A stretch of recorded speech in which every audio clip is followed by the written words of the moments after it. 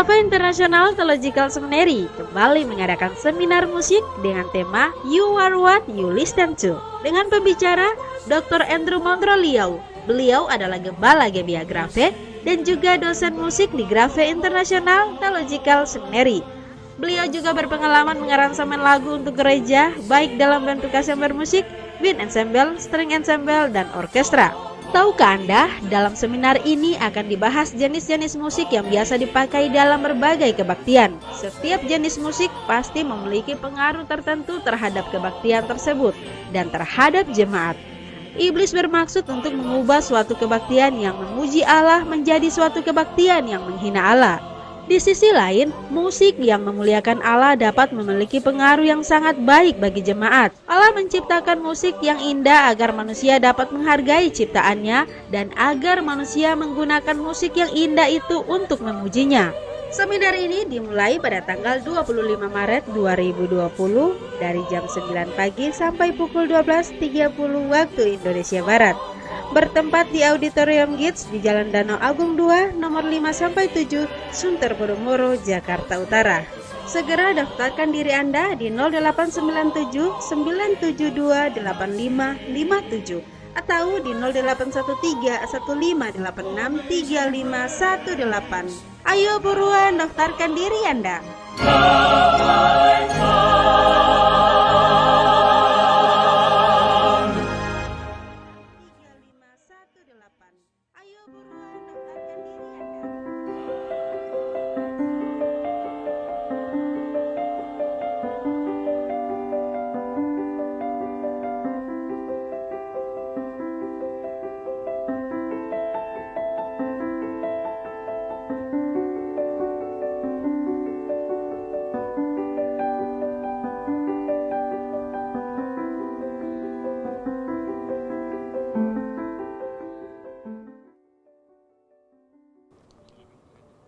Selamat sore sahabat kebenaran yang dikasihi Tuhan. Kita bertemu kembali dalam channel Facebook GBA Grafe di program Pilihlah Kebenaran dan Jangan Menjualnya. Episode kali ini kita sudah memasuki episode ke-32 dan kita kedatangan narasumber kita, Dr. Stephen Liao. Selamat sore. Ya, selamat sore kepada Pak Henry dan juga saya ucapkan selamat sore kepada sahabat kebenaran sekalian yang menunggu dan bergabung bersama dengan kita. Ya, perlu sahabat kebenaran ketahui bahwa program ini kita adakan setiap hari Minggu jam 3, jadi pastikan Anda tetap mengikuti karena kita akan membahas berbagai topik kekristenan. Dan untuk kali ini topik yang kita angkat adalah pemilihan yang alkitabiah. Benar. Ya. Jika sahabat kebenaran mengikuti acara kita minggu-minggu yang lalu, Dr. Stephen sudah menyinggung soal lingkup penebusan Kristus. Ya. Dan di situ sudah dibahas panjang lebar dan sekarang bagaimana caranya apakah Tuhan itu memilih orang-orang tertentu untuk diselamatkan atau apakah memang ada syarat-syaratnya, dan hari ini kita akan membahas lebih detail bagaimana pemilihan yang ada di dalam Alkitab yang sesuai dengan Alkitab. Dan saya ingatkan kepada sahabat kebenaran, selama acara ini berlangsung, Anda dapat menuliskan pertanyaan Anda dalam komentar di Facebook Anda, dan jika di sesi tanya jawab nanti, jika Anda ingin interaksi langsung dengan kami, Anda bisa live WA call kami di 0811 9222 313. Baik, saya langsung saja kepada Dr. Stephen untuk memberikan pemaparannya bagi kita semua. Ya, terima kasih kepada moderator yang hari ini dilayani oleh Pak Henry. Dan seperti yang tadi sudah diperkenalkan, topik kita hari ini memang adalah topik yang menurut saya sangat menarik, yaitu pemilihan yang alkitabiah, gitu ya. Nah, ketika kita berbicara mengenai pemilihan, ya kadang-kadang orang langsung berpikir, oh, yang mengajarkan mengenai pemilihan adalah kelompok Calvinis misalnya. Dan seringkali kalau ada gereja yang mengajarkan pemilihan dianggap Calvinis. Padahal tidak demikian juga, saudara yang kasih dalam Tuhan. Ya, karena kita perlu berada pada posisi yang alkitabiah, namun kita tidak perlu juga mengikuti sistem-sistem manusia manapun. Kata pemilihan itu sendiri memang ada di dalam Alkitab. Oleh karena itu, kita tidak masalah mengatakan bahwa ada doktrin tentang pemilihan dalam Alkitab. Namun, yang penting adalah apa sebenarnya pengajaran Alkitab mengenai pemilihan. Ya. Nah, ini yang perlu kita bahas. Dan oleh karena itu, kita ingin melihatnya.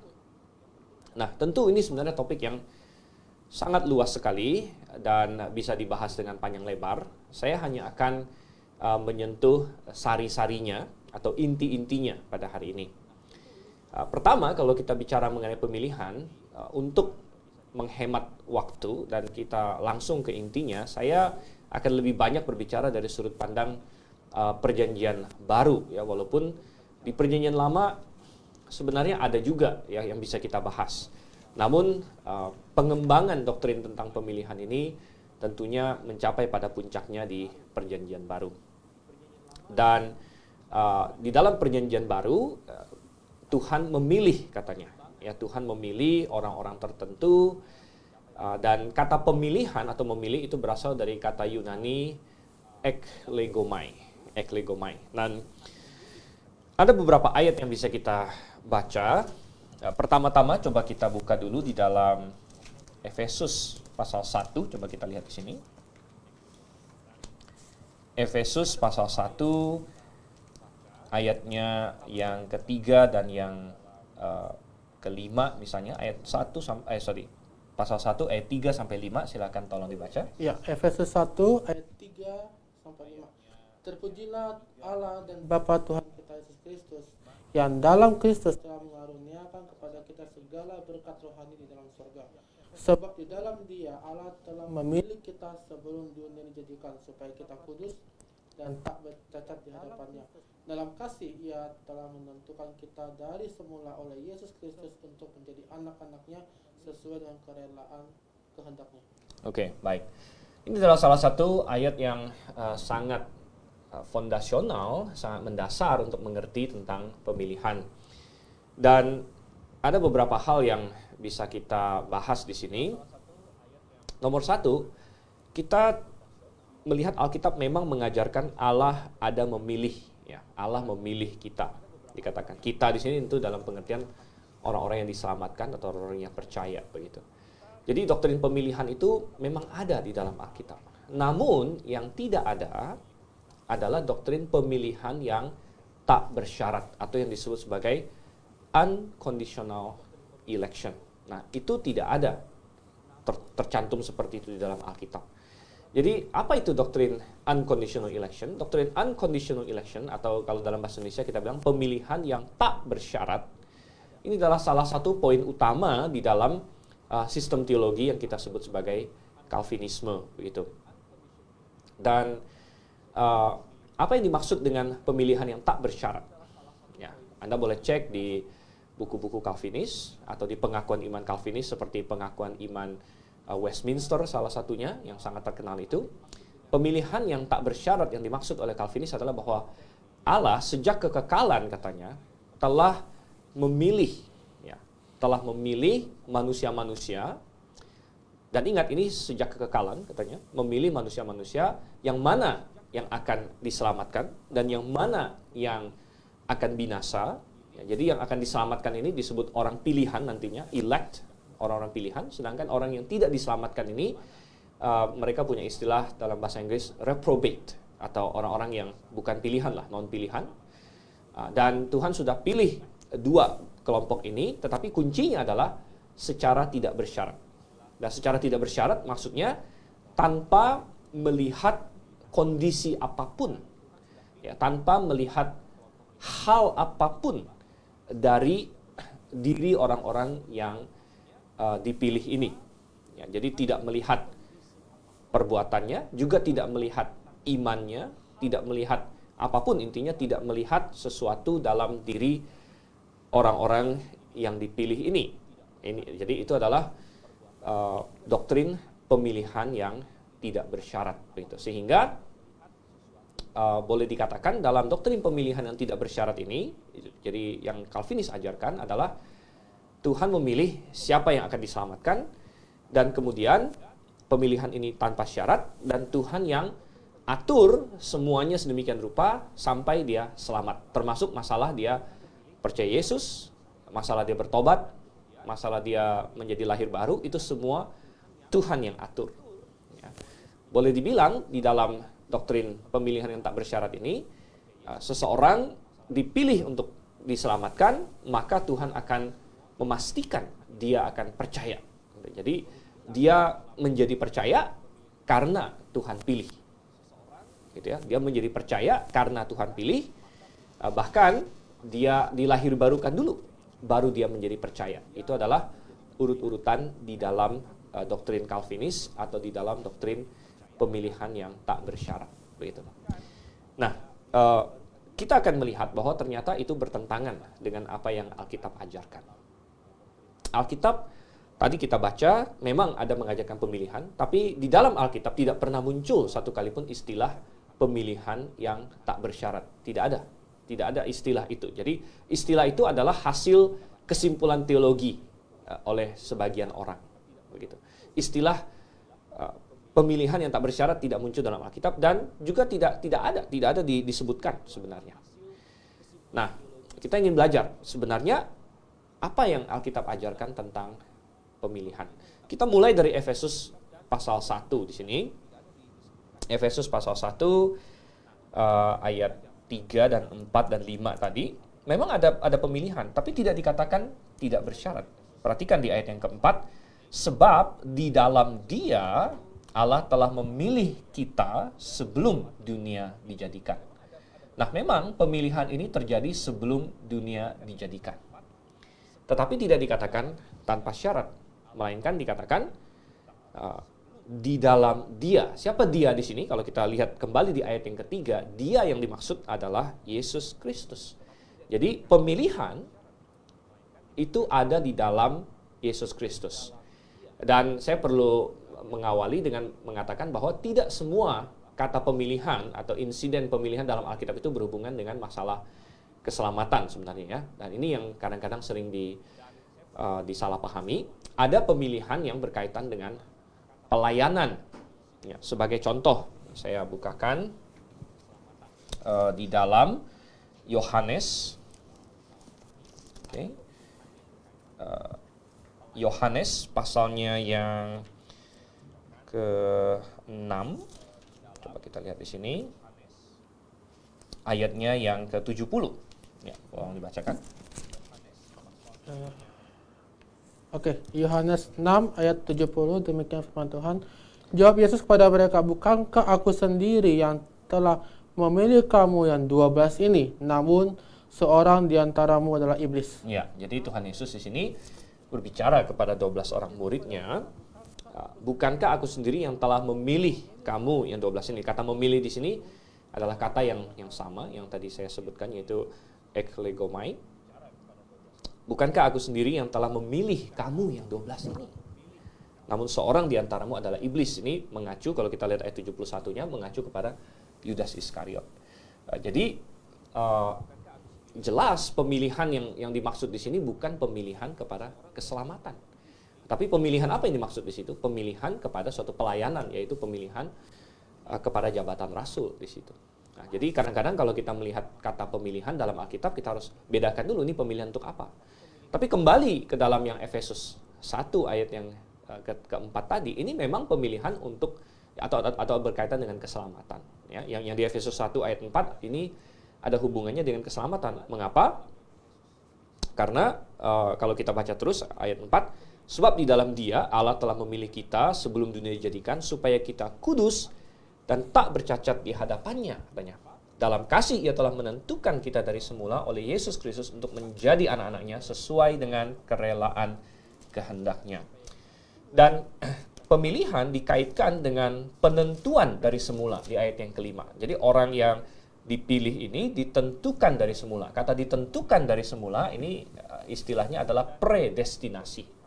Jadi dalam Alkitab KJV dia memakai istilah predestinate atau predestinasi gitu, untuk menjadi serupa dengan ini Yesus Kristus, begitu ya. Nah, jadi satu hal yang kita observasi adalah bahwa Alkitab tidak mengatakan ini tanpa syarat. Itu adalah asumsi. Alkitab mengatakan bahwa ini dilakukan di dalam Kristus. Kalau misalnya pemilihan yang tanpa syarat itu benar, maka akan bertabrakan dengan banyak sekali ayat firman Tuhan yang lain. Gitu. Misalnya, bertabrakan dengan apa?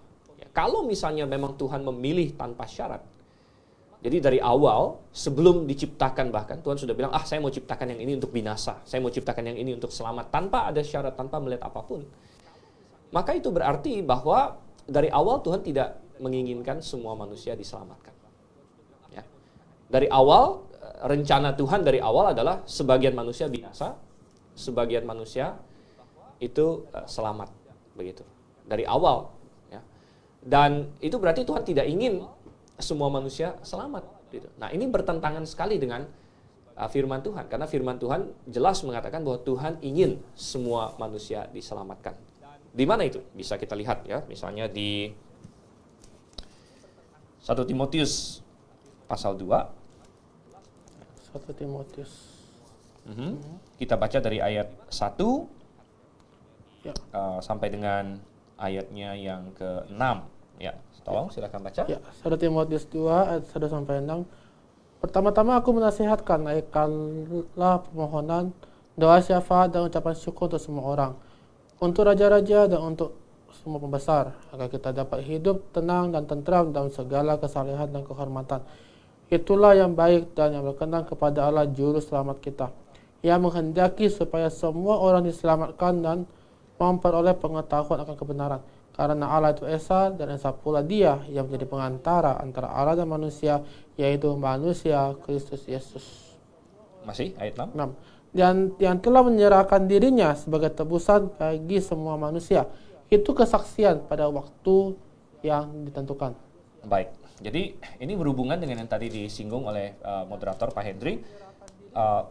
Waktu yang lalu kita belajar mengenai penebusan Yesus Kristus. Begitu. Apakah Yesus Kristus menebus semua manusia atau hanya sebagian manusia saja? Dan kita sudah belajar bahwa Yesus Kristus menebus semua manusia.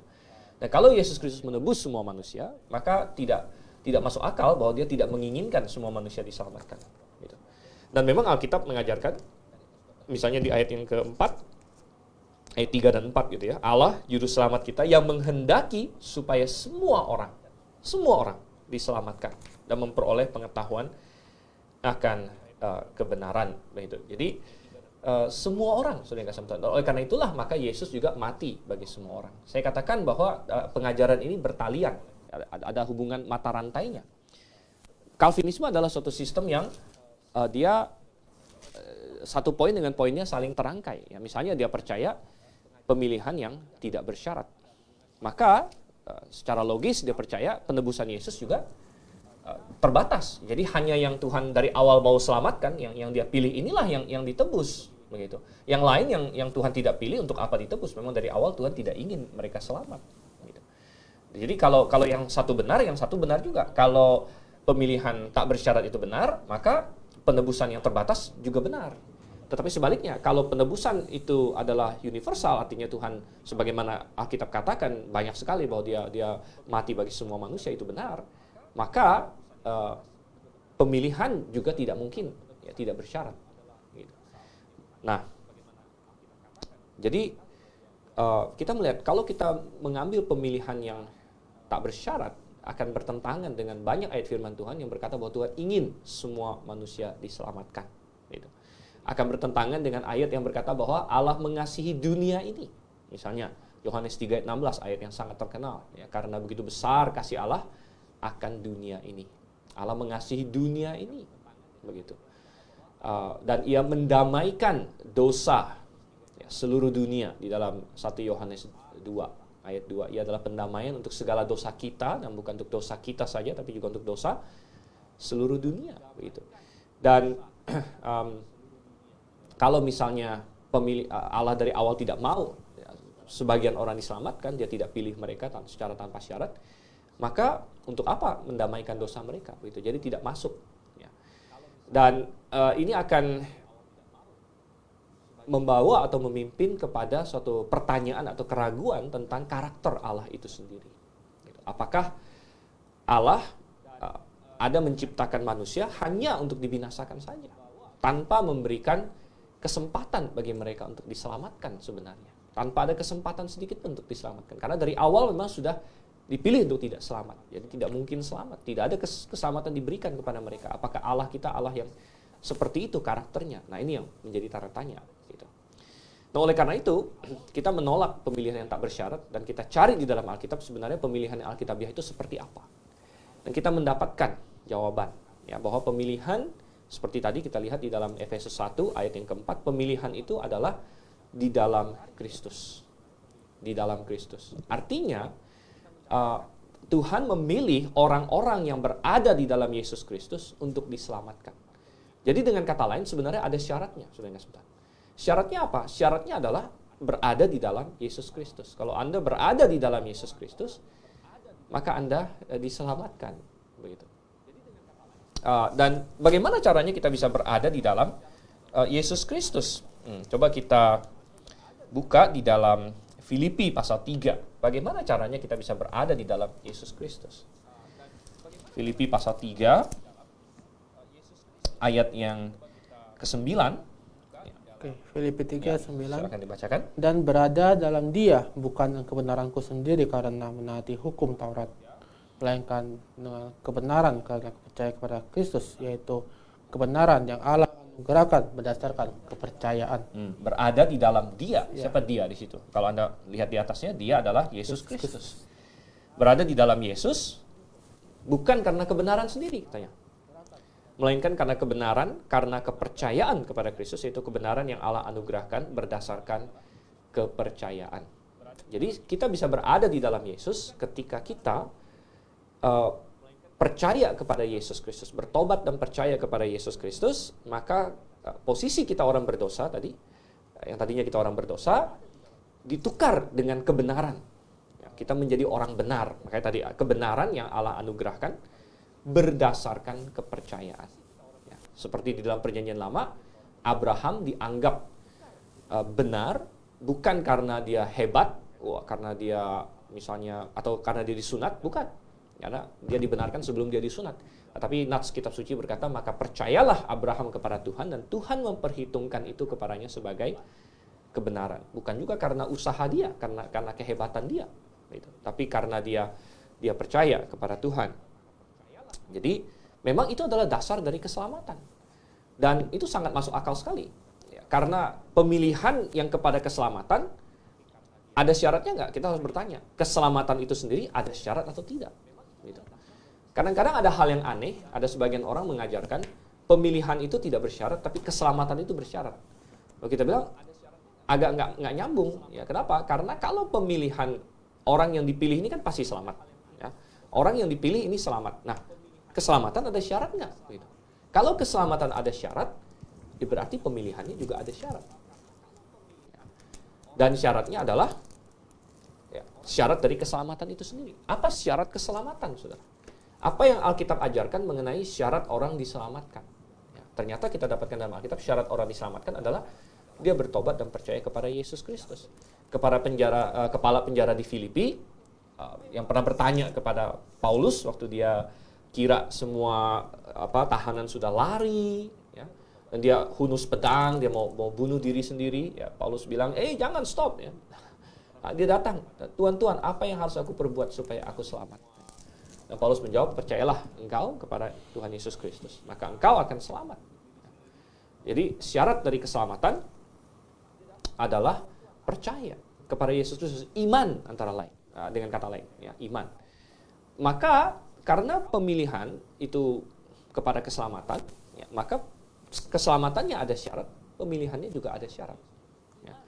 Nah, mungkin ada yang berkata, tapi orangnya kan belum ada, karena dipilihnya sebelum dunia dijadikan. Manusianya belum ada, bagaimana dia bisa punya iman? Nah, mungkin ada yang berkata demikian. Nah, jawabannya adalah, kita buka lagi ayat firman Tuhan. Jawabannya adalah karena pra-pengetahuan Tuhan. Atau Tuhan sudah mengetahui sebelum orang itu lahir, ya, sebelum orang itu ada, Tuhan sudah tahu apakah dia akan percaya kepada Yesus atau tidak sebenarnya. Coba kita lihat di dalam Roma misalnya. Roma pasal 8. Ini juga ayat tentang pemilihan yang penting dan sangat bagus. Roma 8 ayat 29 sampai 30.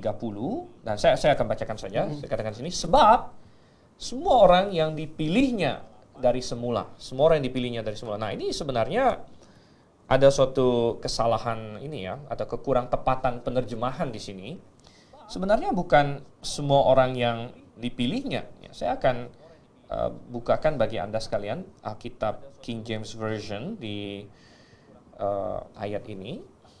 Roma 8 ayatnya yang ke-29. Dan di dalam Alkitab KJV dikatakan, for whom he did foreknow. Ya, jadi bukan dipilih, kalau pilih adalah chosen or elect.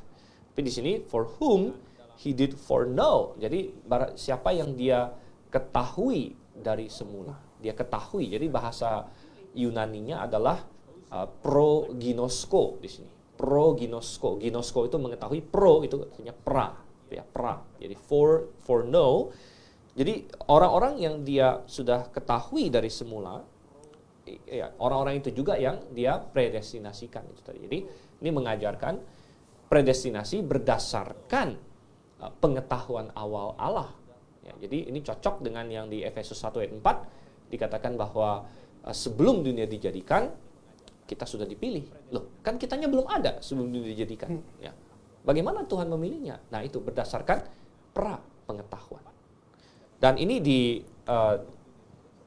ditekankan juga di dalam 1 Petrus 1 ayat 2, dan saya akan bacakan juga dalam KJV, tapi karena lebih tepat ini penerjemahannya. 1 Petrus 1 ayatnya yang kedua. Kalau bahasa Indonesianya dikatakan, yaitu orang-orang yang dipilih sesuai dengan rencana Allah. Di sini ya, sesuai dengan rencana Allah.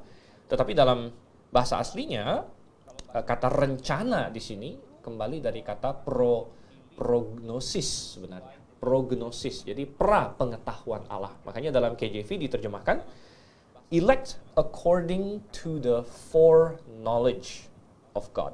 Ya, jadi dipilih berdasarkan pra pengetahuan Allah begitu. Jadi jelas Alkitab tidak pernah berkata bahwa pemilihan itu tanpa syarat. Tidak ada ayatnya yang berkata, oh tidak ada syarat pemilihan gitu, tidak ada. Tidak ada ayat seperti itu. Tetapi Alkitab ada mengajarkan pemilihan itu di dalam Kristus.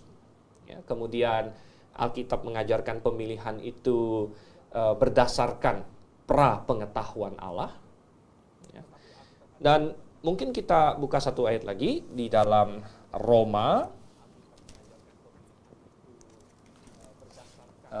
pasal 9. Nah, ini ayat yang kadang-kadang mereka bilang, nah ini pemilihan tanpa syarat katanya di sini ya. Roma 9 ayatnya yang ke-11 misalnya dikatakan di situ.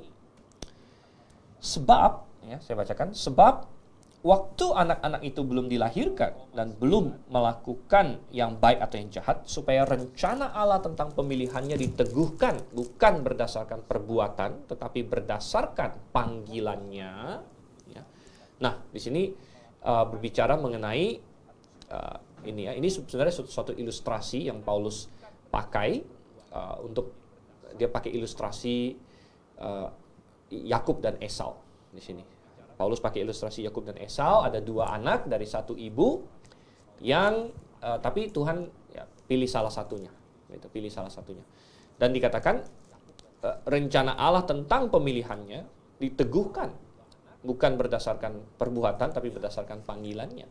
Sebenarnya dan Calvinis langsung mengambil ayat ini berkata, lihat nih, tidak ada syarat kan, bukan berdasarkan perbuatan. Namun itu salah saudara yang kasih Tuhan. Karena tidak dikatakan tanpa syarat. Ya, tidak dikatakan tanpa syarat, tapi dikatakan bukan berdasarkan perbuatan. Nah, bukan berdasarkan perbuatan tidak sama dengan tanpa syarat gitu. Karena bisa saja syaratnya yang lain bukan perbuatan. Nah, ini yang sering disalahpahami oleh orang.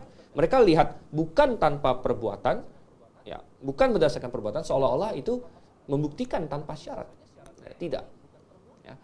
Karena memang keselamatan itu bukan berdasarkan perbuatan. Ya, di dalam Efesus 2 ayat 8 sampai 10 dengan jelas dikatakan. Karena kasih karunia kamu diselamatkan oleh iman. Itu bukan hasil perbuatanmu. Jangan ada orang megahkan diri. Keselamatan itu bukan karena kehebatan kita mampu berbuat sesuatu sehingga Tuhan kagum, ya, atau kasih kita nilai lulus, nilai kamu kayak ujian gitu kan. Kalau di atas 60, di atas 70 lolos gitu, ya tidak. Itu berdasarkan kemampuan kita berarti. Tetapi Alkitab mengajarkan, ya, perbuatan itu adalah buah dari keselamatan. Ya, bukan berarti perbuatan nggak penting ya. Perbuatan itu buah dari keselamatan, tapi keselamatan itu sendiri adalah berdasarkan iman, bukan berdasarkan perbuatan. Begitu. Dan oleh karena itu pemilihan juga bukan berdasarkan perbuatan. Ya.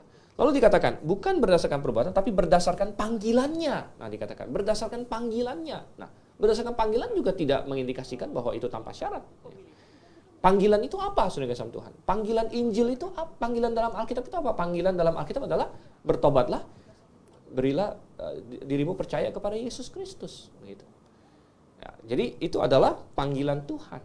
Nah, jadi sekali lagi kita katakan bahwa dan ada sebagian orang ya bisa saja berargumen bahkan bahwa pemilihan yang dimaksud di sini bukan berkaitan dengan keselamatan, ya, tapi berkaitan dengan pemilihan Yakub sebagai Israel di situ sebagai bangsa pilihan Tuhan. Tetapi nggak masalah sebenarnya. Kalaupun mau dikatakan bahwa ini berkaitan dengan keselamatan, itu pun tidak dikatakan bahwa ini adalah pemilihan yang tak bersyarat. Begitu.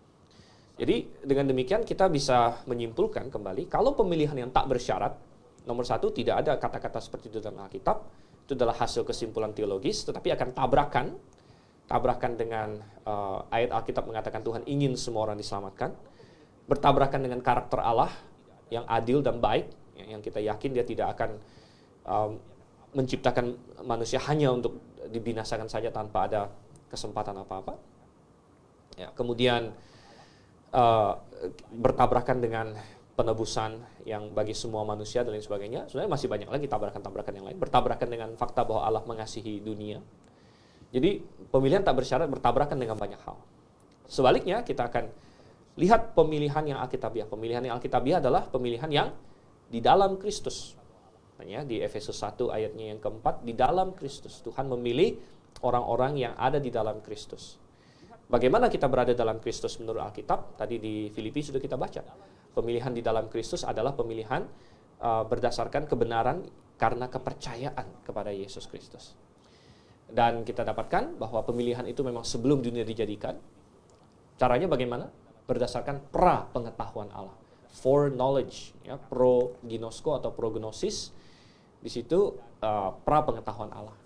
Dan bahwa pemilihan itu tidak berdasarkan perbuatan baik kita, ya, melainkan berdasarkan panggilan Tuhan, ya, yang cocok dengan panggilan keselamatan tentunya. Jadi apakah kita percaya pemilihan? Ya, kita percaya pemilihan yang alkitabiah. Ya, kita tidak percaya pemilihan yang tanpa syarat, gitu ya.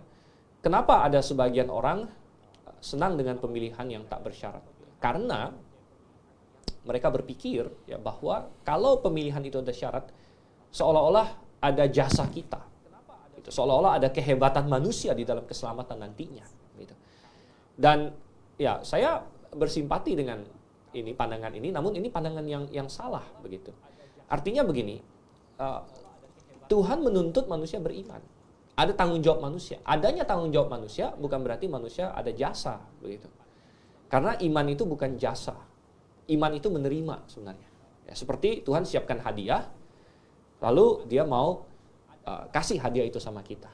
Tentu kita harus terima. Nah, terima itulah percaya, iman itu. Ya, kalau kita nggak percaya, kita tolak. Ya. Tapi percaya itu hanya menerima saja. Kita nggak keluar uang sedikit pun untuk beli hadiah itu sebenarnya. Demikian juga tidak ada apapun yang kita lakukan yang bisa membayar atau mendapatkan keselamatan itu selain kita terima aja, tinggal terima gitu. Kita nggak mampu bayar. Ya.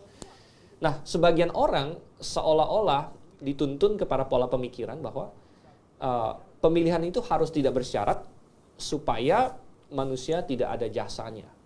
Saya setuju bahwa manusia memang tidak ada jasanya di dalam keselamatan, ya, tetapi bukan dengan cara membuat pemilihan yang tak bersyarat. Karena kalau pemilihan yang tak bersyarat, dia jadi double edged sword, atau kita bilang pedang sisinya dua. Ya. Anda ingin menghilangkan tanggung jawab manusia di dalam keselamatan, maka dengan satu tebasan Anda akan menghilangkan juga tanggung jawab manusia dalam kebinasaan. Gitu. Karena kalau misalnya Anda bilang bahwa tanpa ada syarat, tanpa melihat apapun manusia sudah dipilih sebagian masuk surga, sebagian masuk neraka, maka yang dipilih masuk neraka ini atau kaum reprobat ini juga tidak ada sesuatu dalam dirinya yang menyebabkan dia dibinasakan begitu. Karena tidak ada apa-apa dalam diri kelompok yang di-elect, ya, yang dipilih, maka tidak ada apa-apa juga dalam diri orang yang dibinasakan. Jadi ketika Anda membuat unconditional election, maka Anda pada saat yang sama membuat juga unconditional reprobation. Ya, pemilihan yang tak bersyarat satu paket dengan pembinasaan yang tanpa syarat juga. Begitu. Dan itu bertentangan dengan sifat Tuhan, kita lihatnya. Tetapi kita percaya bahwa Tuhan menuntut iman untuk diselamatkan, dan itu bukan jasa kita, bukan kehebatan kita. Jadi Tuhan tetap yang harus dipermuliakan, tapi manusia tetap dituntut tanggung jawabnya. Itu yang Alkitabiah. Oke. Baik, sahabat kebenaran sekalian, kita telah mendengarkan pemaparan yang begitu jelas. Jadi pemilihan kita adalah jika kita di dalam Yesus Kristus. Benar. Dan pertanyaannya adalah, apakah Anda sekalian sudah berada di dalam Yesus Kristus? Kiranya ini menjadi perenungan. Dan sebelum kita masuki sesi tanya jawab, kita akan ada beberapa pesan yang akan lewat ini. Jangan kemana-mana, kami akan segera kembali.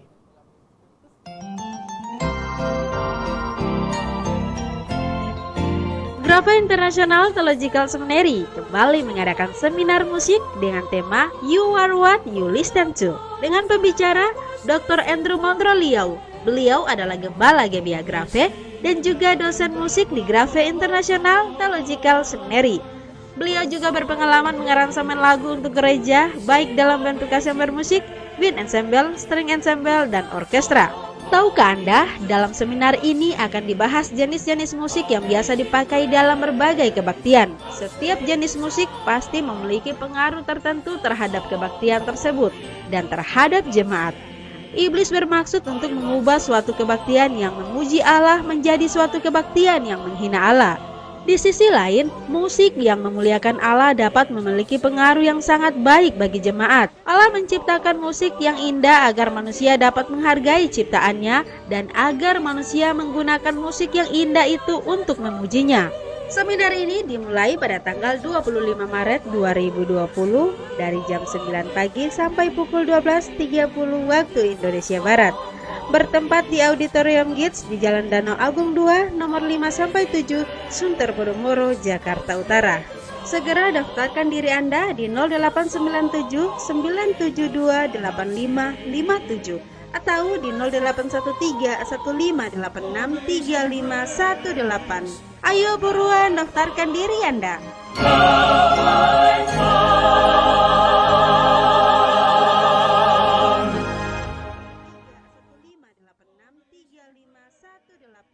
Ayo buruan daftarkan diri Anda. Sahabat kebenaran sekalian, tetap di dalam program Berilah Kebenaran dan Jangan Menjualnya. Dan kita sedang masuk ke sesi tanya jawab. Kita sudah ada pertanyaan ya. Oke. Dari kita Bapak. Langsung ya. Langsung aja.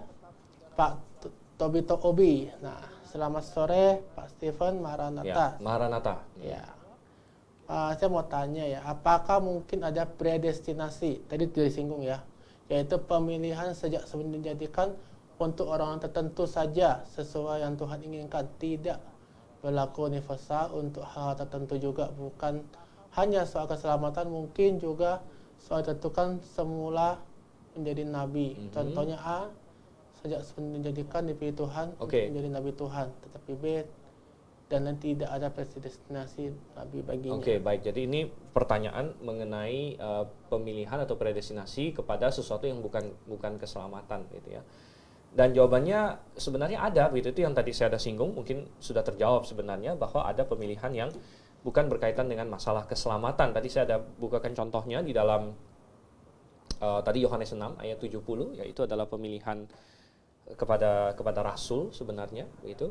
Tetapi itu pun kita bilang kita tidak bisa berkata bahwa itu unconditional juga begitu. Karena rupanya ada yang dipilih tapi kemudian gagal begitu. Dalam pemilihan itu, pemilihan pelayanan menjadi rasul ya, yaitu Yudas gitu kan. Jadi jelas ada beberapa jenis pemilihan di dalam Alkitab, tidak semuanya adalah berkaitan dengan keselamatan, walaupun yang banyak kita fokuskan atau yang banyak diperdebatkan ya, dalam misalnya katakanlah Calvinisme dan doktrin unconditional election, itu biasanya kita bicarakan masalah pemilihan yang berkaitan dengan keselamatan ya. Tetapi ada contoh-contoh dalam Alkitab pemilihan yang bukan untuk keselamatan ya. Ada juga pemilihan untuk sebagai bangsa umat Tuhan yang tadi saya sebut pemilihan untuk Israel dan lain sebagainya. Oke ya. Baik, pertanyaan berikutnya masih dari Pak Tobito. Apakah mungkin ada predestinasi keselamatan orang tertentu? Oh, ini sudah kali ya. Tertentu tidak berlaku untuk semua orang yang dari selamat. Oh, predestinasi keselamatan untuk orang tertentu. Artinya ada orang yang nggak selamat mungkin. Apakah mungkin ada predestinasi keselamatan untuk orang tertentu? Tidak untuk semua orang yang telah ditentukan untuk selamat. Berarti si A selamat, si B belum tentu. Saya harap lewat penjelasan tadi mungkin sudah jelas bahwa memang ada orang yang dipilih untuk diselamatkan, tapi dipilih itu bukan tanpa syarat. Artinya Tuhan sudah tahu. Jadi gini, saya hari ini orang pilihan ya. Saya orang pilihan. Saya telah dipilih Tuhan diselamatkan, tetapi bukan tanpa syarat ya. Tetapi di dalam Kristus. Ya, sebagaimana Efesus 1 ayat 4, saya dipilih di dalam Kristus ya, sebelum dunia dijadikan berdasarkan pengetahuan Allah. Dan saya tetap ada tanggung jawabnya, yaitu saya beriman ya. Itu tanggung jawab saya, tetapi beriman itu bukanlah jasa, bukanlah kehebatan saya, tapi itu sekedar menerima apa yang Yesus Kristus lakukan. Berarti ada tanggung jawab kita sebagai manusia juga untuk beriman. Oke. Baik. Pertanyaan berikutnya, predestinasi ganda keselamatan tidak alkitabiah. Oh, tetapi apakah mungkin ada jenis predestinasi lainnya yang bukan soal keselamatan? Ya, saya rasa sudah dibahas ya bahwa ada predestinasi atau pemilihan yang lain ya, pelayanan, ya untuk pelayanan dan lain sebagainya. Jadi, oke, lanjut saja. Ya, apakah Maria telah ditetapkan sebelum dunia dijadikan untuk nantinya jadi ibu dari Yesus Kristus? Oke, jadi begini, tentu rencana Allah itu memang sudah dari kekekalan, begitu ya. Semua rencana Allah itu dari kekekalan, karena Allah sudah ada dari kekekalan, dan dari kekekalan Allah sudah tahu. Dia sudah tahu, oleh karena itu semua rencana Allah itu dari kekekalan, begitu. Tetapi sekali lagi, apakah itu tanpa syarat ataukah Tuhan ada melihat sesuatu? Nah, ini yang kita percaya bahwa tidak mungkin itu terlepas dari tanggung jawab manusia, karena Tuhan ciptakan manusia itu punya kehendak bebas, gitu. Jadi Maria sudah Tuhan pilih katakanlah untuk menjadi ibunya Mesias ya, dari sejak kekekalan, itu kita percaya. Tetapi ada, kita bilang istilahnya tanggung jawabnya Marianya juga begitu ya. Dan artinya Tuhan sudah tahu orang seperti apa yang dia mau pilih ya, dan yang mana yang dia mau tentukan, dan dia memilih Maria begitu. Dan tentu Maria ini adalah orang yang beriman kepada Tuhan, kepada Jehovah. Dia adalah pribadi yang menyambut Allah yang benar begitu. Dan intinya begini, semua rencana Tuhan sekali lagi pastinya dari kekekalan, gitu ya, nggak mungkin nggak. Tetapi permasalahannya kita percaya karena Allah menciptakan manusia yang punya kehendak bebas, maka pemilihan Allah itu atau rencana-rencana Allah, predestinasi Allah itu pasti melibatkan tanggung jawab manusia juga. Ya, berarti dengan kata lain si Maria harus percaya, dan Tuhan sudah tahu itu. Tuhan sudah tahu ini akan ada orang namanya Maria, dia akan percaya, dia akan punya hidup yang saleh, dan dia ada ya, dan Tuhan tentu juga bentuk dia dan lain sebagainya, begitu kan, untuk siap untuk menjadi ibu dari Mesias. Baik. Ya, pertanyaan berikutnya dari Bapak Kristanto Leo. Beliau menanyakan Yakobus 2:21, bukankah Abraham bapak kita dibenarkan karena perbuatan-perbuatannya ketika ia mempersembahkan Ishak anaknya di atas mezbah. Nah, ayat ini mungkin menunjukkan bahwa iman Abraham itu dari perbuatan. Dia dibenarkan karena perbuatan. Nah, berarti tanpa perbuatan berarti belum terjadi keselamatan atas orang tersebut. Pak Stephen bilang, perbuatan adalah buah keselamatan. Jika tidak ada buah, tidak ada keselamatan atas orang tersebut. Berarti perbuatan itu mandatori. Ya, jadi banyak orang mau mempertentangkan antara apa yang Paulus katakan dengan apa yang Yakobus katakan. Tetapi kita berkata bahwa firman Tuhan kan tidak mungkin bertentangan, gitu ya. Tadi Pak Kristanto menanyakan Yakobus 2 ayat 21, bunyinya, bukankah Abraham bapak kita dibenarkan karena perbuatan-perbuatannya ketika ia mempersembahkan Ishak anaknya di atas mezbah. Sekarang coba kita buka dalam kitab Kejadian, ya. Kapan Abraham mempersembahkan Ishak di atas mezbah? Dia mempersembahkan Ishak di atas mezbah itu di pasal 22. Ya, pasal 22. Ingat ya, pegang ini. Kapan dia disunat? Pasal 17. Jadi ingat sekali lagi. Abraham ini mempersembahkan Ishak pasal 22 Kejadian.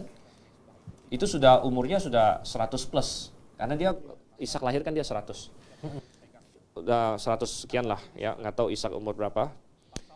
Kejadian pasal 17 itu disunat. Dia disunat ini dia umur 99 tahun. Kapan Abraham dikatakan dibenarkan oleh Tuhan? Kejadian 15. Kejadian 15 ayat 6 saya bacakan.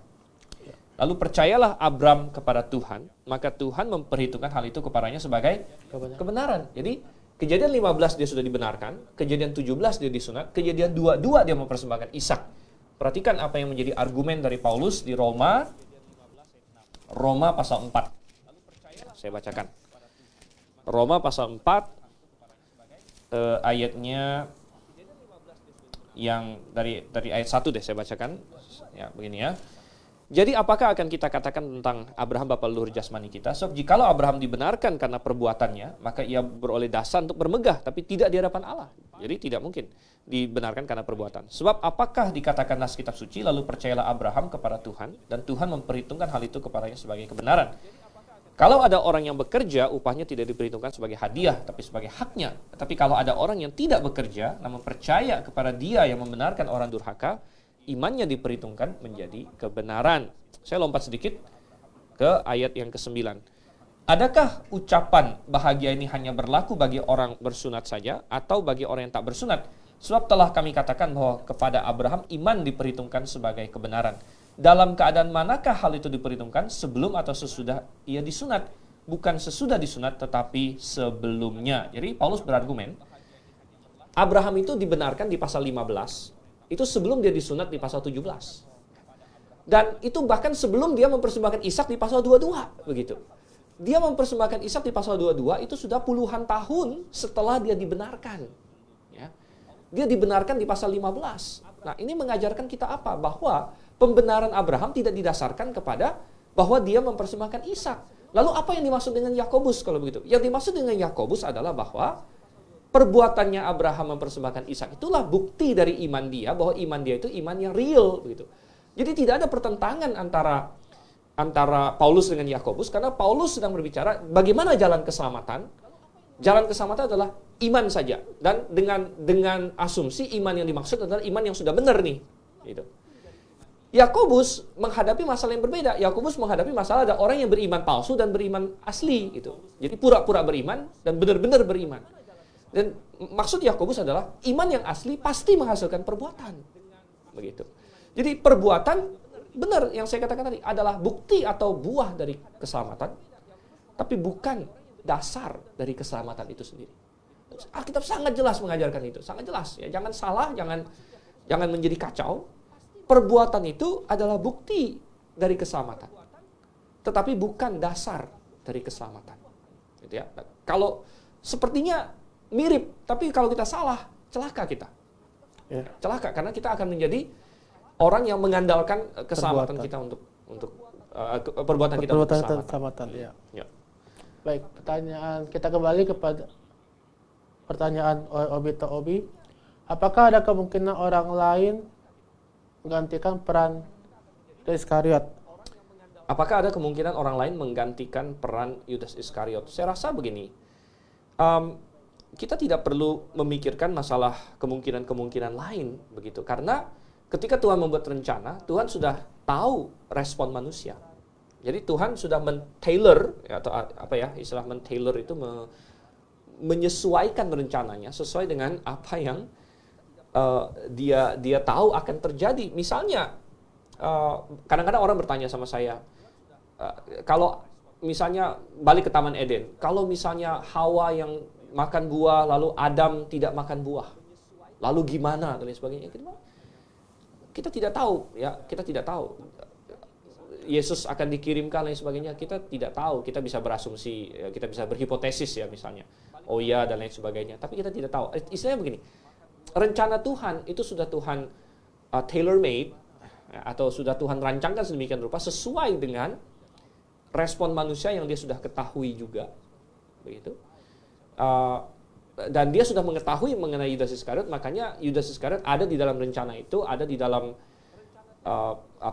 menyerahkan Yesus dan sebagainya. Kalau misalnya Yudas Iskariot tidak mau menyerahkan Yesus atau berkhianat, pasti ada cara lain, begitu. Apakah orang lain yang berkhianat, atau mungkin tidak perlu ada pengkhianatan, ya, dengan cara lain Yesus disalibkan dan lain sebagainya. Ya, jadi ya, kita tidak perlu terlalu berhipotesis masalah itu. Baik, pertanyaan berikutnya, apakah doa dapat mengubah kehendak Allah? Ya, apakah kita baik, berdoa saya sudah dapat ya.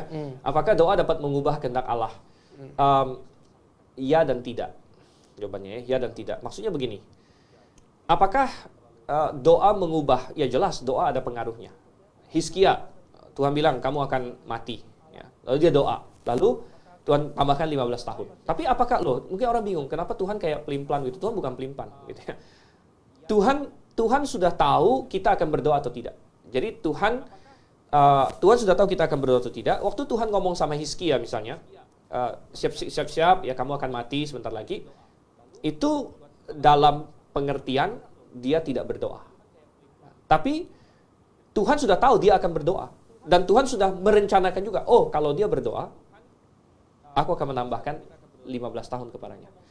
Jadi waktu Tuhan pertama kasih tahu Hizkia misalnya, siap-siap kamu akan mati, Tuhan menyatakan suatu kemungkinan skenario, ya, suatu rencana dia kalau dia tidak berdoa. Tapi kalau kamu berdoa, ya, Tuhan sudah tahu juga bahwa aku akan tambahkan 15 tahun. Jadi artinya begini, Tuhan sudah tahu kita akan berdoa atau tidak, begitu. Dan Tuhan juga sudah memperhitungkan rencananya dan segala macam apa yang akan dia lakukan untuk meresponi doa kita. Itu sudah ada dalam rencana Tuhan intinya, ya. Kalau kita kadang-kadang sulit untuk dibayangkan, tapi seperti itulah kemahatauan Tuhan, ya. Dia bukan hanya tahu apa yang akan kita lakukan, dia tahu apa yang akan kita doakan, dan dia sudah merancang semuanya sesuai dengan itu juga, begitu. Baik. Apakah Tuhan mengetahui secara detail hasil akhir total jumlah siapa-siapa saja yang selamat masuk surga dan masuk neraka? Oh, sudah pasti. Oh, iya. Sudah pasti Tuhan tahu, ya, secara mendetil, ya, bukan hanya jumlahnya, tapi siapa-siapa saja. Oke. Baik, berikutnya. Jika Tuhan sudah tahu A akan masuk surga, tapi Tuhan tidak menetapkan A surga, apakah si A, apakah masih bisa A tidak masuk surga? Pertanyaan ini kontradiktif. Jika Tuhan sudah tahu A akan masuk surga, tapi Tuhan tidak menetapkan A akan masuk surga, itu tidak mungkin. Iya. Gitu. Tidak mungkin. Jadi pertanyaannya kontradiktif. Kalau Tuhan sudah tahu A akan masuk surga, itu berarti karena memang Tuhan menyelamatkan A, begitu.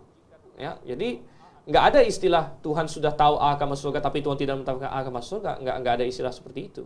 Gitu ya. Tuhan, si A bisa masuk surga karena dia diselamatkan oleh Tuhan. Itu nggak ada cara lain. Oke? Baik. Berikutnya, jika A sudah bertobat dan sungguh lahir baru, kemudian 1 tahun kemudian murtad, apakah sejak sebelum dijadikan Tuhan sudah tahu bahwa si A akan lahir baru dulu baru murtad? Iya, Tuhan sudah tahu. Kemurtadan juga Tuhan ketahui, begitu ya. Jadi semua itu ada di dalam pengetahuan Tuhan, jelas. Jelas ya, oke. Apakah jika Tuhan sudah tahu secara detail hasil akhir siapa saja yang selamat dan tidak selamat, apakah secara mutlak tetap hasilnya tidak akan berubah? Jika ia tetap hasilnya, maka untuk apa kita di dunia ini sungguh-sungguh berusaha beriman dan berbakti kepada Tuhan jika hasil akhir tidak akan berubah? Mendingan cepat-cepat bahwa dunia kiamat. Ya, oke. Jadi saya jawab ya. Pertanyaan ini masuk akal kalau misalnya penetapan Tuhan tidak didasarkan kepada tanggung jawab manusia, begitu ya. Tetapi Tuhan sudah tahu hasil akhirnya. Oh ya, Tuhan sudah tahu ya. Tuhan sudah tahu. Misalnya kita ambil contoh orang yang diselamatkan lah, pahala kita. Tuhan tahu nggak pahala kita apa? Tuhan tahu. Ya, tapi Tuhan sudah tahu pahala saya. Bakal berubah nggak? Ya nggak akan berubah. Karena Tuhan sudah tahu dan sudah pasti begitu. Lalu kita nggak bisa bilang, kalau gitu ya udah saya nggak usah ngapa-ngapain deh, toh pahala saya sudah pasti. Nah, Tuhan tahu pahala kita berdasarkan apa yang Dia ketahui tentang apa yang kita lakukan begitu. Jadi kalau misalnya kita ngomong, toh Tuhan sudah tahu pahala saya, jadi saya nggak mau bikin apa-apa untuk Tuhan karena toh pahala saya sudah pasti. Ya ujung-ujungnya pahala kita sedikit begitu, karena Tuhan sudah tahu kita akan berpikir seperti itu dan bahwa kita nggak akan ngapa-ngapain untuk Tuhan begitu. Sebaliknya ada orang yang dia rajin untuk Tuhan, Tuhan sudah tahu juga pahala dia berdasarkan apa yang dia lakukan begitu. Artinya begini, pengetahuan Tuhan itu berkaitan dengan tanggung jawab manusia itu begitu. Nah, paham ya? Jadi bukan berarti lalu kita pasif aja karena toh Tuhan sudah tahu gitu. Tuhan sudah tahu berdasarkan apa yang kita lakukan. Oke, lanjut. Baik, masih ada pertanyaan? Oke. Tuhan hanya melarang Adam dan Hawa untuk memakan buah pengetahuan yang baik dan jahat, tetapi kemudian ketika Adam tidak taat karena makan buah yang baik itu, Tuhan bereaksi lalu menjaga buah pohon kehidupan. Apakah Tuhan tidak tahu sejak sebelum dijadikan nantinya Adam akan memakan buah yang baik dan jahat, kemudian Tuhan bereaksi supaya tidak lanjut makan buah-buah kehidupan? Tentu Tuhan sudah tahu bahwa Adam akan makan buah pohon pengetahuan yang baik dan jahat ya. Bahwa Tuhan kemudian bereaksi, saya tidak melihat ada masalah di mana begitu. Setelah manusia jatuh dalam dosa, lalu Tuhan melarang. Ya benarlah. Ya sebelum jatuh dalam dosa, ya Tuhan tidak larang begitu. Kalau mau dianggap reaksi Tuhan, ya kita bilang, misalnya setelah jatuh dalam dosa dia diusir dari Taman Eden. Ya sebelum jatuh dalam dosa, ya tentu tidak diusir. Ya itu wajar saja begitu. Karena begini, Tuhan hidup di luar waktu, kita ada di dalam waktu. Oleh karena itu ada banyak hal yang Tuhan belum singkapkan pada kita karena belum saatnya. Belum saatnya ya. Begitu itu terjadi baru Tuhan singkapkan. Oh, begini loh. Nah, itu dianggap Tuhan bereaksi. Tetapi Tuhan sudah tahu dari awal ya bahwa ini akan terjadi sebenarnya. Gitu ya. Ada pertanyaan berikutnya, Kak? Kalau Tuhan tahu Adam akan memakan buah yang baik dan jahat itu, apakah pengetahuan Tuhan itu pasti akan jadi secara detail, secara waktu dan tempat, bahkan ular yang akan menggoda, sehingga mungkin Adam tidak memakan buah itu? Mungkin Tuhan bisa mencegah kali ya. Kenapa Tuhan tidak mencegah gitu ya? Mencegah. Kalau misalnya kalau Tuhan tahu Tuhan sudah tahu makan, bahwa gitu dia ya, akan makan persisnya gimana, nanti akan jatuh ke dalam dosa. Iya. Sekali lagi jawabannya adalah begini, karena adalah kehendak Tuhan bagi manusia untuk diuji, begitu ya. Dan Tuhan sudah memberikan kondisi pengujian yang the best untuk manusia. Adalah kehendak Tuhan bagi manusia untuk diperhadapkan kepada pilihan, begitu. Dan Tuhan tidak akan memaksa manusia itu untuk memilih A atau B, ya. Tapi Tuhan sudah punya rencana penyelamatan. Tuhan sudah tahu bahwa manusia akan jatuh dalam dosa, tapi Tuhan sudah merencanakan penyelamatan itu. Makanya ada ayat berkata bahwa Yesus Kristus adalah anak domba yang disembelih sebelum dijadikan. Berarti kan apa? Berarti Tuhan sudah tahu manusia akan jatuh dalam dosa dan Tuhan sudah mempersiapkan jalan keselamatan untuk itu. Gitu. Tapi kenapa nggak dicegah aja? Ya mau dicegah gimana? Gitu. Dibikin robot aja kalau gitu. Ya itu bukan itu yang Tuhan inginkan. Gitu. Tuhan tidak ingin membuat robot, ya, dan Tuhan ingin manusia memang memilih Dia dengan bebas. Ya, dan untuk itu harus dikasih pilihan. Iya. Harus dikasih pilihan. Kalau nggak dikasih pilihan, ya berarti tidak memilih dengan bebas. Gitu. Baik, pertanyaan berikut, jika Tuhan dengan pengetahuannya tahu A nantinya akan percaya Yesus, maka untuk apa dilakukan penginjilan kepada semua orang? Padahal dengan pengetahuan Tuhan sudah diketahui bahwa Tuhan A nantinya akan percaya Yesus, maka pasti terjadi. Berarti masih perlu gak kita menginjil kalau memang Tuhan sudah tahu si A selamat, si B enggak? Masih perlu karena nomor satu, yang Tuhan ketahui kita tidak ketahui. Ya, yang Tuhan tidak ketahui kita tidak ketahui. Jadi kita perlu menginjil pada semua orang, begitu. Dan Tuhan menetapkan bahwa penginjilan inilah cara kita bisa menyelamatkan semua orang, begitu. Dan Tuhan tahu misalnya A akan diselamatkan itu pun berdasarkan apa? Dia tahu bahwa ada anak-anaknya yang akan taat untuk membawakan Injil ke sana juga. Baik. Begitu. Ya, pertanyaan terakhir dari Pak Tobito. Jika A adalah orang yang dipilih karena sudah diketahui Tuhan berdasarkan pengetahuan, maka mengapa A bisa murtad kemudian hari? Seakan-akan pemilihannya gagal dan predestinasi tidak ada fungsinya. Iya. Gagal. Jadi begini, kita harus membedakan antara pemilihan ya. Pemilihan itu kan berdasarkan pengetahuan Tuhan, begitu. Jadi yang Tuhan pilih adalah yang Tuhan tahu bahwa dia akan percaya dan yang Tuhan ketahui bahwa dia tidak akan murtad, begitu. Ya, tapi orang yang jadi Tuhan sudah tahu orang-orang seperti itu, begitu. Dan orang yang percaya sebentar lalu kemudian murtad, ya berarti itu sebenarnya ya Tuhan juga sudah tahu dari awalnya dan kita bilang dia bukan orang yang dipilih untuk diselamatkan sebenarnya, karena pemilihan itu berdasarkan pengetahuan Allah ya, bahwa seseorang akan beriman dan akan beriman sampai kepada akhirnya sebenarnya. Baik. Okay. Ya, karena waktu juga kan yang membatasi kita, saya mempersilakan Dr. Stephen memberikan closing statement-nya untuk pembahasan kita sore hari ini. Ya, baik pemirsa dan sahabat kebenaran sekalian, mari kita pelajari Alkitab terus, kita kejar kebenaran firman Tuhan, dan Alkitab mengajarkan tentang pemilihan, dan pemilihan yang alkitabiah, pemilihan di dalam Yesus Kristus berdasarkan pengetahuan Allah, dan yang menjadi tanggung jawab manusia adalah apa yang ada dalam firman Tuhan, yaitu bertobat percaya pada Yesus, ya, itu mendapatkan keselamatan, dan kemudian setelah itu menghasilkan buah-buah keselamatan, yaitu perbuatan-perbuatan baik ya, sebagai bukti dari keselamatan, bukan untuk diselamatkan lagi, tapi karena kita sudah diselamatkan. Ya. Baik, sahabat kebenaran, mungkin karena topik ini cukup luas dan karena kita juga keterbatasan waktu, dan jika Anda masih memiliki pertanyaan, Anda silakan tuliskan pertanyaan Anda Anda bisa gabung di grup WA di dalam skrip yang sudah di dalam komentar Facebook Anda bisa join di situ. Anda bisa tuliskan pertanyaan Anda. Di sana sudah ada 3 narasumber kita yang bersedia untuk menjawab pertanyaan Anda. Dan juga saya kembali bahwa kita akan mengadakan seminar musik dengan tema You Are What You Listen To. Ya, ini sangat penting karena musik itu bisa mempengaruhi orang, dan apakah musik Anda sudah tepat untuk memuji Tuhan atau belum. Dan itu Anda bisa temukan jawabannya di seminar musik itu pada tanggal 25 Maret nanti jam 9 sampai jam 12.30 di bertempat di GBIA Grafe. Akhir kata, saya Hendry beserta Dr. Stephen. Ya. Ya, kami dari Studio 1 Grafe beserta segenap kru yang bertugas sore hari ini mengucapkan selamat melanjutkan aktivitas Anda kembali, dan Maranatha.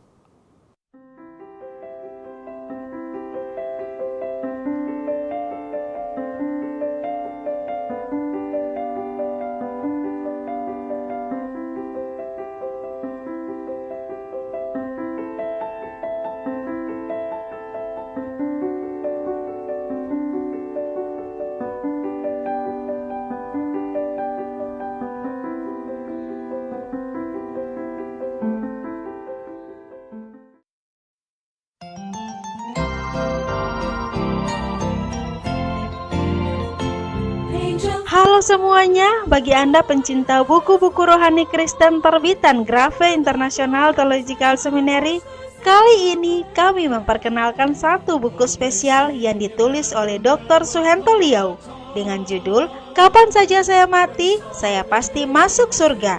Yuk kita lihat apa-apa aja sih yang dibahas di dalam buku ini.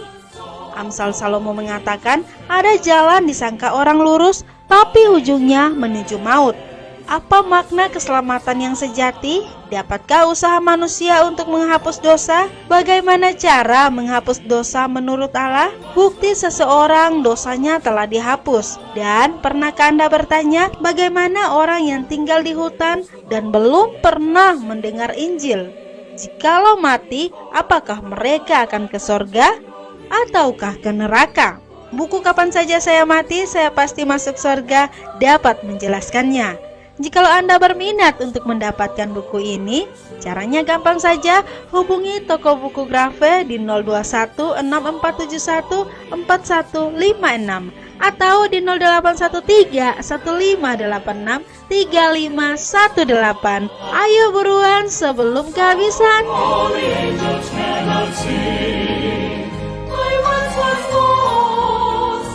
Amazing grace.